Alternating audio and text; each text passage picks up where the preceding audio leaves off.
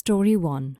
I, 65 female, have faced significant challenges due to my infertility, enduring 2 divorces and enduring the mockery of others for being unable to conceive. My infertility led me to spend a great deal of time seeking medical assistance, constantly moving from one hospital to another. Unfortunately, the results were consistently disappointing. Eventually, I had to come to terms with the fact that I could not have a biological child. Consequently, I made the decision to pursue adoption. At 3 months old, I welcomed my son, 24, into my life through adoption, showering him with the love and care any mother would give to her child. As he grew, our bond strengthened to the point where it was difficult for anyone to discern that he wasn't my biological child. Recently, he became engaged to his girlfriend, 23 female, and they began making plans for their future together. They discovered a house they adored and were in the process of arranging a down payment for it. So I wanted to support their journey and offered to put a down payment for the dream house. During a seemingly normal family dinner 2 days ago, emotions ran high. The topic of children came up, and out of nowhere, my son's fiancée launched a hurtful verbal attack. With a disdainful smirk, she remarked, "I hope I wouldn't end up like you, unable to have kids and having to adopt." Shockingly, my son nodded in agreement. The room fell silent and things were awkward afterwards. I held myself together, not wanting to break down in public. Later, I confronted my son and his fiancée about their hurtful words. Instead of being remorseful, they accused me of overreacting and being too sensitive. They said I had nothing to be so worked up about, since what they said was literally the truth. Then my son pulled me aside and said that I needed to be more understanding, because having an adoptive mom is his one insecurity in life. And even with an adoptive parent, his fiancée and her family have welcomed him to their family when most families wouldn't. So I just needed to be more accommodating to the fiancé's sentiments. So yesterday, I decided that I'm withdrawing my offer for the down payment. It was a no-nonsense response to their disrespectful behavior. My family is backing me up on this, but my son and fiancé were livid. They are now accusing me of being a petty miser that enjoys ruining their dreams. But I'm refusing to back down. I know that I probably got their hopes up, but I don't want to waste my life savings on an ungrateful pair. So am I the a-hole? Update. Since the incident, I have barely had any energy to get out of the bed. I've been crying a lot, feeling like I wasted all my life raising my son, who turned into a shitty human. Recently, he and his fiancée paid me a visit. They insisted I go ahead with the down payment because, as it turned out, they have invested that money into their wedding planning, so they aren't left with anything for a house. They accused me of leaving them high and dry, but I said if I'm the reason for such an insecurity, then they shouldn't accept my money. They still haven't stopped blowing up my phone. My family has suggested I take a vacation with the money. Maybe I should consider it. You're not the a-hole, OP. You didn't deserve any of that. Your adoptive son and his fiancée are the a-holes. You raised him and treated him like a son. The least he can do for you is not sit down with his fiancée to tell you how insecure your love and care makes him feel. I don't understand how he could even say that and then call you sensitive when you reacted. Being adopted isn't a bad thing. If her fiancé and her fiancé's parents make it feel like it is, then he should have dumped them instead of tagging along with them to break your heart. Definitely go for a vacation. Your adoptive son does not deserve any more penny from you. You've tried your best for him, and since he has proven to be ungrateful, cut him out of your life. Story 2. I need some insight to see if I'm in the wrong because I really don't feel like I am. I, 32 female, just received an invite to my cousin Alex's, 30 females, wedding. It stated on the invite that the wedding was child-free. I'm not new to child-free weddings, but what has me frustrated is the fact that there will be children in the wedding. Alex plans on having her and her future husband's, 33 males, nieces and nephews at their wedding. I overheard her asking her sister if her niece could be the flower girl at a family get-together. This confused me because child-free means no children. So I called Alex and asked. I told her and said that if her nieces and nephews are going, then my daughter 5, similar in age to her nieces and nephews, should be allowed to go too. Alex said that only those in the bridal party are the exception, and that she wants the nieces and nephews at the wedding. When I asked why they could come and not my daughter, she said it's because she knows her nieces and nephews are well behaved, so there will be no issues.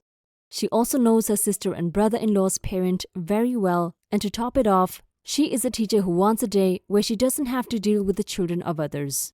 She also said she is closer to them.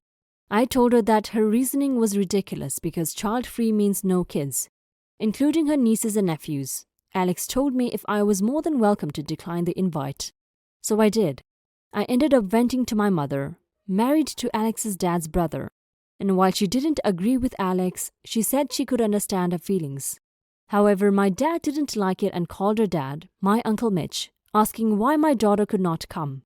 Mitch told my dad that it is Alex's wedding and she can do as she pleases. He also said cousins are not the same as nieces and nephews, especially since they're in the bridal party. My dad said since Mitch is paying for it and that he should talk Alex into allowing children. But he declined and said that he and my aunt don't believe paying for the wedding gives them a say, and even if it did, he agrees with Alex. This upset my dad, so he then told other family members. Now, several members are upset that Alex and her future husband's nieces and nephews will be there, but no one else is allowed to bring their children. We have a fairly large family, and we all watch each other's children, so finding childcare will be difficult.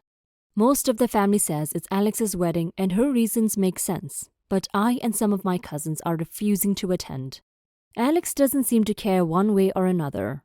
One cousin told Alex she was bringing her child anyways, to which Alex responded, "Make sure you wear sneakers so it's easier on your feet as you're escorted back to your car." Which is how we found out she's having the security guard from her school checking the guest list, and that he knows to not let any children in. Am I the a-hole? You are the a-hole, OP. You started this whole crusade to get your kid invited to a wedding, and you're dragging your dad into this, and potentially driving a wedge in the family. This is not your wedding. If she says it's childless, then it's childless. Find a babysitter or don't go. If she made exceptions for her siblings' kids, who she is obviously closer to than yours, that's literally her choice. Again, it's her day. Her wedding and her choice. Good for her parents for sticking up for her. Just because they pay does not make them entitled to make decisions for her. Like, what are you arguing about? She is paying for her day to be exactly how she wants it. You're making a big mess for nothing, to be honest. Just don't go if it rubs you the wrong way. She doesn't seem to care anyways, honestly. She might just be inviting you because she has to, because you're a cousin. Now for some comments. You are the a-hole. It's her wedding and she gets to decide who can come or not. You complaining to your parents and having your dad call her dad to complain is childish. It might seem unfair, but it's her wedding and you don't have any right to argue with her about any decisions that she makes. If you don't agree with her rules, then do exactly what she said. Don't go. She isn't forcing you to do anything you don't have to do. I love how her dad tried to convince the bride's dad to leverage paying for the wedding to force extended family members to be allowed to bring their kids as well. The policy the bride has is pretty standard for a child-free wedding. Many of them still include the close family kids or kids in the wedding party. Every action taken by OP and those on her side just drips with entitlement. I really hope some of them do try and show up with their kids and end up being escorted out. Anyways, you are the a-hole. You are the a-hole. Sure, it's her wedding and the only kids that will be there are the ones in the wedding. If that was the end of the story, I would have said no a-holes here. However, your insistence on trying to force her hand into letting you and other people bring their children, or anyone for that matter, to someone else's wedding is what makes you the a-hole.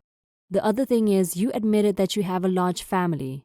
The difference between having 2 children and having 10 children there is pretty big. Children in big numbers can very easily get really loud and out of control. She told you that you are welcome to decline if you don't approve, and you did. But now you're throwing a tantrum about the situation, and it's a bit ridiculous. Story 3. Before having our kid, 8 weeks old, we agreed that I would be the working parent, and my partner would stay home. We made this decision for various reasons, but we were 100% in agreement before trying to conceive. I'm now back at work, 50% at home and 50% in the office. I work 10-hour days, plus 3 hours total of commuting on the days I'm in the office. In the morning, I wake up, get myself ready, change the baby, dress the baby, feed the baby. I will try and get the baby to go back to sleep before starting work, but this doesn't always happen. When I work from home, I will take the baby during the day when I'm able to keep an eye on her and work simultaneously. After work, I look after the baby for 1 or 2 hours so my partner can have some time to themselves. Then we do bath time together, and I give the baby her final bottle and put her to bed, after which I also sleep. During the week, my partner does all the night wakings, and on the weekend, I handle them. I do all the house admin. I buy all the groceries and do a majority of the cooking. Laundry and dishes are split evenly. My partner handles all the other cleaning. To provide some additional context, a partner recently convinced me to lend $300 to brother-in-law who hasn't paid it back. And knowing him, most likely won't. It won't bankrupt us, but we really could have used that money this month. I guess it had been a tough night last night. I slept in a separate room to get some solid sleep. Because my partner was snappy with me, saying something like, "Just come take her and get out," when I went to get the baby. So I took kiddo, did our usual routine, and then started work from home. My day started with a call, during which I put kiddo back in my partner's room, and once again I got snapped at. "Isn't it your job to put her back to sleep before bringing her here?" I couldn't. The baby didn't want to sleep. After my first call, I had no more plans for a couple of hours, so I took kiddo back. At around 10 a.m., I had more calls planned, so I took the baby back to my partner and promised that I would come back later in the afternoon so they could take a longer nap if they wanted. I then went to make a bottle to save my partner from having to get out of bed. As I passed the bottle to my partner to feed the baby, I got a, "What the hell took you so long?" So I eventually snapped and said, "I get it, you're effing tired, but this is what you signed up for when you agreed to be a stay-at-home parent. Am I not working my ass off to provide for this family and to help make up for the money which you wanted to give your brother? So tone down your effing attitude and show me some more respect and gratitude." I didn't yell, but I was very stern. I also stormed out of the room, and since then have just been working. Was I the a-hole to respond in this way? ETA, my partner has not said anything to me since the incident, and is quite clearly angry about my outburst, so I am concerned I overstepped with my comments. Edit 2. I realized I didn't include genders, but I'm the mother in this situation. Partner is the baby's dad. Now for some comments. Not the a-hole. You're both new parents and occasional snapping is expected. You're both tired and trying to manage a baby during a pandemic. Honestly, it sounds like you guys could use a night off to reconnect and just have a break. But just a note, men can actually have postpartum depression. If your partner's behavior is really off and out of character, then it might be worth looking into. Not the a-hole, but your communication needs improvement. Your partner is definitely in the wrong. But you need to address that, not work around it. Forget about the chance of accidentally blowing up. You're running yourself into the ground. I get the feeling it's out of guilt that you're not parenting enough, which is nonsense. You can't do everything. You and your partner need therapy, and you need to communicate your feelings. Maybe your partner will be unhappy when you hold up the mirror. So what? Do you think your child growing up thinking it's okay for one parent to be lazy and the other to run around trying to do everything? Especially since it reinforces existing sexist gender roles. Considering you're a woman and your partner is a man? Absolutely not the a-hole. What is your partner doing other than staying at home? He should do the night calls both weekends and weekdays. And you need to keep your sleeping pattern for work. Then you can do the morning feed. As you do so, your partner possibly can sleep in. If you can't get the baby to sleep, he needs to realize that's less of a nap for him in the morning. So he gets the baby back to sleep and then can have more naps. When he then gets up, he should clean the house and take the baby for a stroll combined with grocery shopping. Then you get home and cook. Chill while he does the dishes and possibly laundry. Then you bathe the baby and have it go to sleep. Then you have some time. If you can't do that, he goes back to work and you stay at home.